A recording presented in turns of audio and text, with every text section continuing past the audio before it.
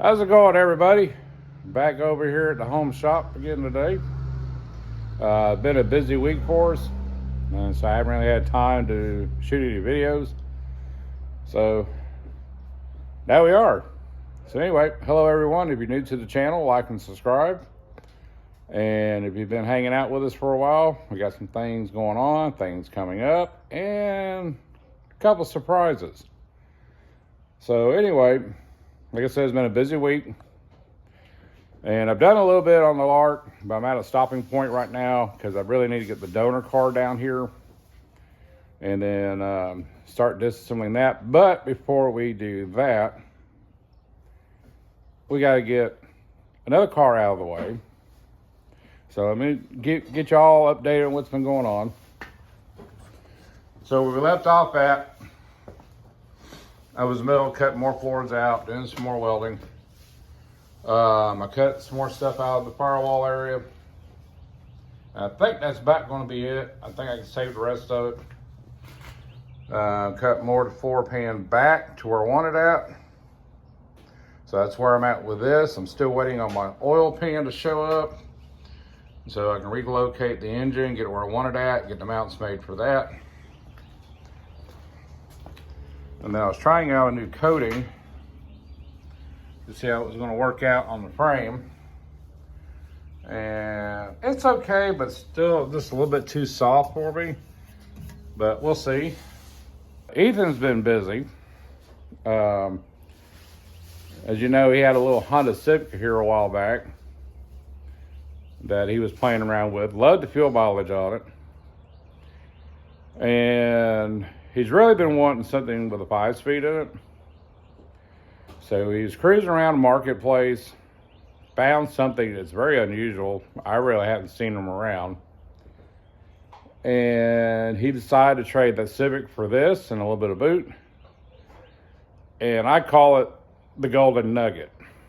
And the reason I call it the Golden Nugget, because it looks like a little gold nugget. So anyway, he picked up a 1987 Honda Civic, also known as the Wagavan. the Wagahoo? The Wagavan. What's a Wagavan? Couldn't figure out if it wanted to be a wagon or a van. It's a little bit of both. It's short, stubby. It's got a hatch. It's got 4 doors. So is it kind of like a nickname for these things, or? Kind of, sort of. They go by them. People call them. I guess technically on the books it's a wagon, but. But it still says Civic on the back. Yeah. So when he brought this thing home, I was kind of like, didn't know what to say about it. I mean, because it's kind of an unusual looking car. It's special for sure. But then it's kind of cool at the same time. So basically here it is. It's just got a good old 12 valve 4-cylinder in it. Thing's got what, 70 horsepower power? 76 to the flywheel. 76 to the flywheel. Sorry about the sun coming in. And he's been tinkering with it. But overall, the car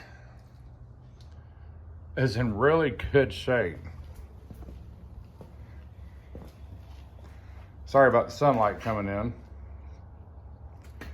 Don't mind the wheels right now. He bought the wheels just for the rims. So they are going to get some new tires put on. Sanded down. And get sanded down and possibly powder coated. But it's just like a strange vehicle.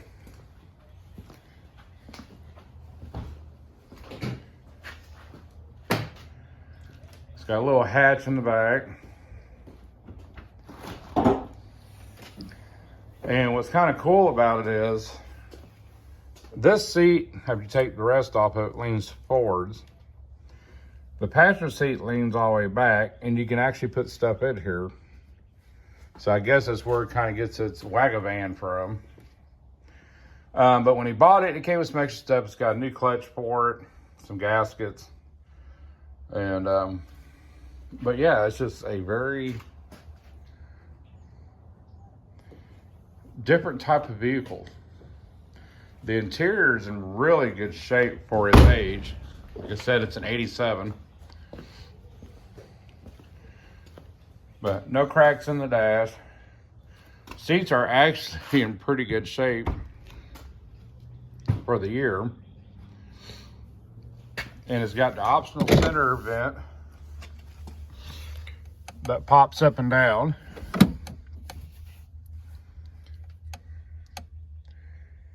But he finally got him a 5-speed.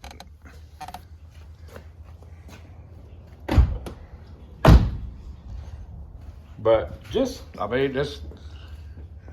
not a fast car. Not by any means. Not by any means.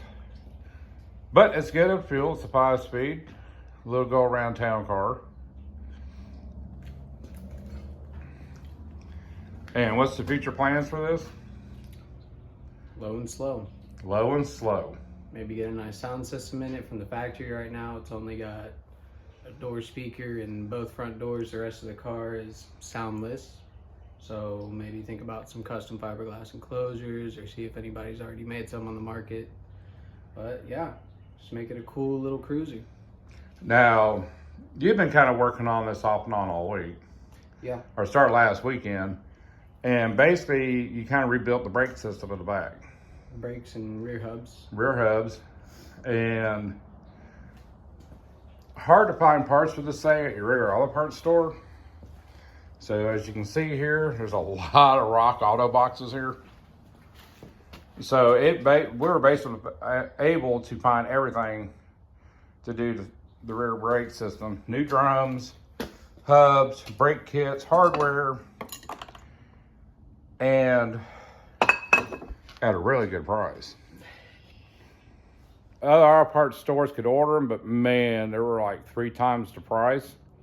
So Ethan went on Rock Auto, got all the stuff, and really not a whole lot. Rebuilt the entire rear braking with new hubs, drums, hardware, masters, everything. It's around $240 with shipping. So completely redone that. And we didn't film any of it because it seems like every time I do something besides the Studebaker or something Dodge related, y'all kind of don't watch a little bit, which is cool. But at the same day, you got to realize, yes, Mopar's our love, but we do mess around with other things. So that's what he's been working on. So I have been able to bring the donor car in. And so this is basically done for now. It's coming out of the garage. We got to clean up the garage because we have another Honda coming in today. We got to do some front end work on for a friend of ours. Get that done, get that out. And then we got one other thing we need to do right now, which is get Ethan's SRT8 in the garage. And do some refreshing on it. Yeah. So he's finally got the rest of the parts ordered and they came in. So now we can get started on that. Like this whole area of the shelf is nothing for the SRT8.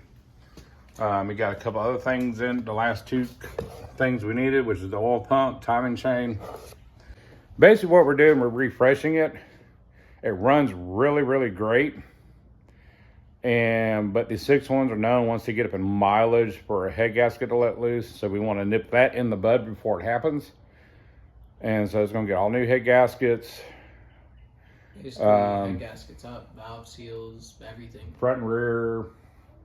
And the only reason he hasn't been driving it right now is there's a crack in the radiator that developed.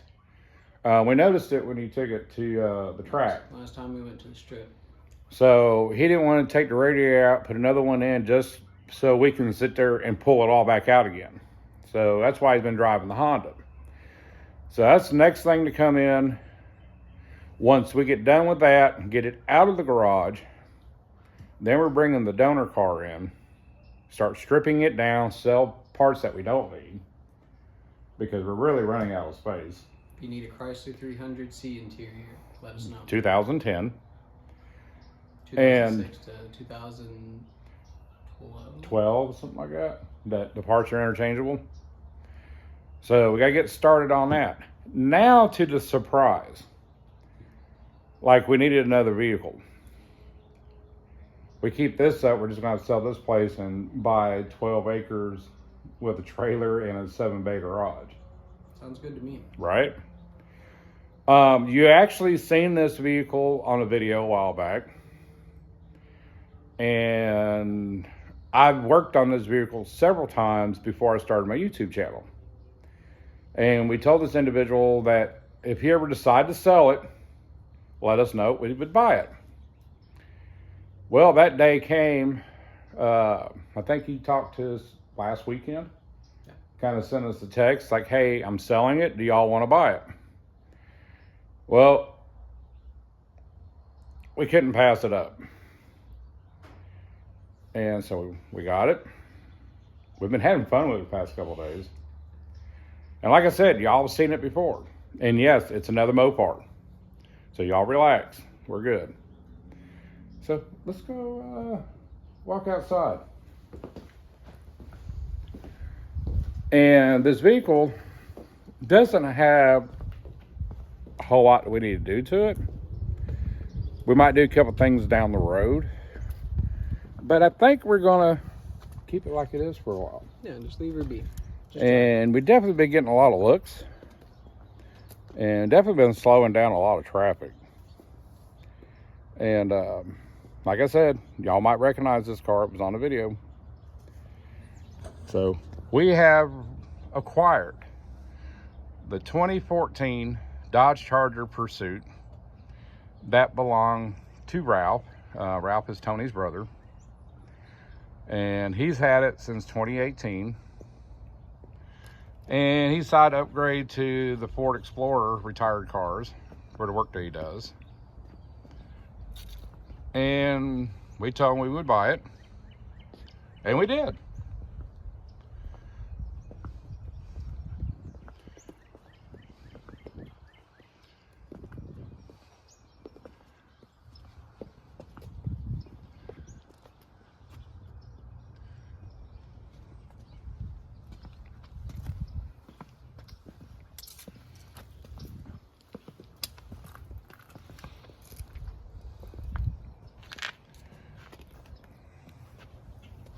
So when Ralph hit us up on it, we told him a while back, you know, like I said, if you ever decide we'd buy it.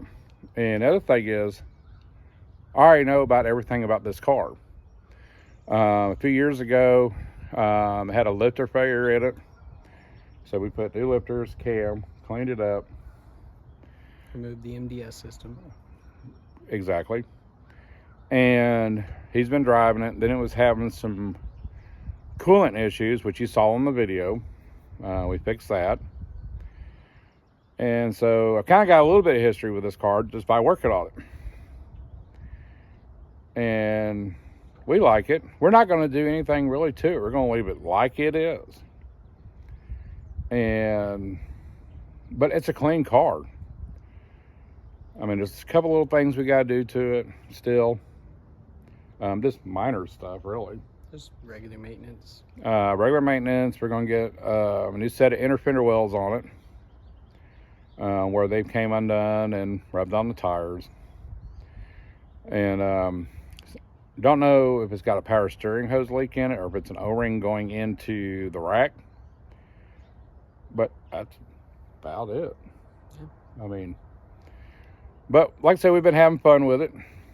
And he's trying to get used to it. He says it feels bigger than his 300 or my 06 Charger. Which, I mean, the interior stuff is a little different in it. And, but yeah, it's a blast. So if you want to open the door over there, I'll open the other door. And we want to thank Ralph again. We really got a good deal on it. Thanks.